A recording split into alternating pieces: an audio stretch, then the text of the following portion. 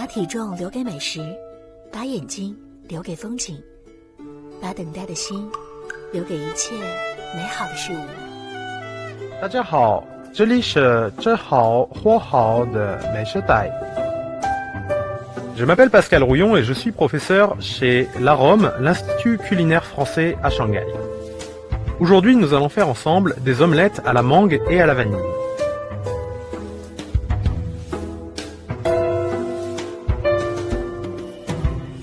Pour réaliser notre pâte de fruits, nous allons commencer par chauffer les purées de fruits,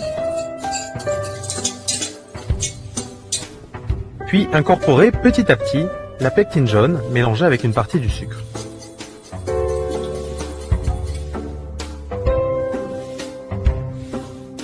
Ensuite, on fait bouillir et l'on incorpore le sucre et le glucose.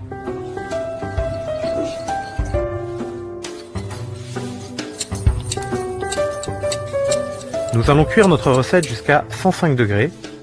Directement, hors du feu, incorporer la solution d'acide citrique.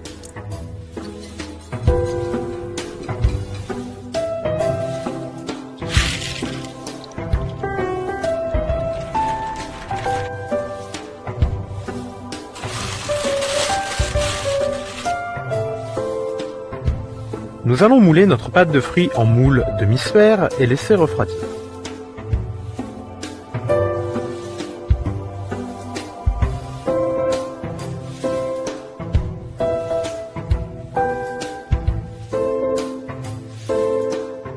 Pour la guimauve, nous avons besoin de blanc d'œuf et une gousse de vanille.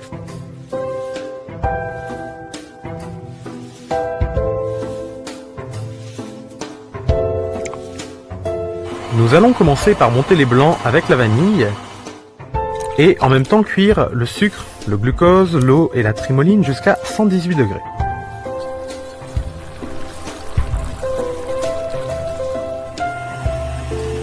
On incorpore le sucre cuit dans les blancs montés.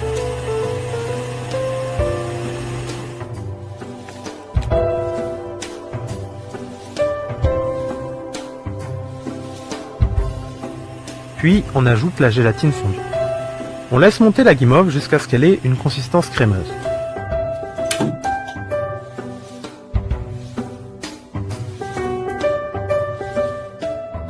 Nous allons mettre ensuite notre guimauve dans une poche pâtissière. Nous allons pocher des blancs d'œufs sur la feuille de papier graissée.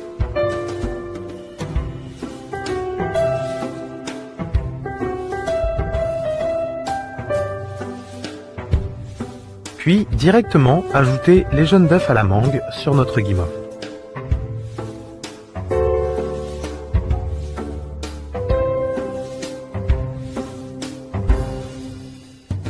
Nous allons laisser une demi-journée reposer avant d'enrober nos omelettes avec du sucre glace dans lequel nous avons ajouté 10% de fécule.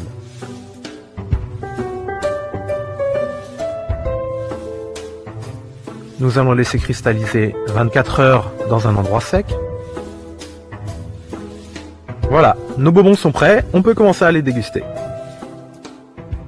L'idée à la base de ce produit, donc c'était les bonbons un petit peu en forme d'omelette qu'on peut trouver dans tous les supermarchés en Europe, et c'était de faire un produit, en fait d'améliorer un petit peu ce produit-là. On a décidé de faire ça avec de la mangue et de la vanille, de façon à avoir quelque chose d'intéressant en termes de goût, de retrouver des goûts simples, francs, mais en même temps très doux, très gentils. On a aussi choisi de faire ça sans colorant, surtout pour des produits pour les enfants. Attention à respecter la cuisson de votre pâte de fruits, avoir une évaporation suffisante de façon à éviter d'avoir de l'humidité qui ressortirait après la cristallisation et risquerait de faire fondre vos enrobages. Bien faire attention aussi à laisser monter, développer votre guimauve correctement pour avoir une texture agréable en bouche. Petit point technique qui peut être important pour faciliter le travail, pochez votre guimauve pas trop froide, d'accord? Sinon vous risquez d'avoir du mal à faire coller les jaunes d'œufs dessus. Aussi, pareil, pour manipuler la guimauve, vous pouvez, si vous le souhaitez, graisser un petit peu vos doigts, de façon à ce que les jaunes d'œufs ne collent pas trop à vos doigts ou à vos gants quand vous les manipulez. Ensuite, bien faire attention donc quand vous enrobez vos produits, à les laisser cristalliser 24 heures dans un endroit plutôt sec, de façon à éviter que l'enrobage ensuite ne refonde, et ça vous permettra de récupérer après cristallisation un joli jaune d'œuf qui redevient translucide après l'enrobage.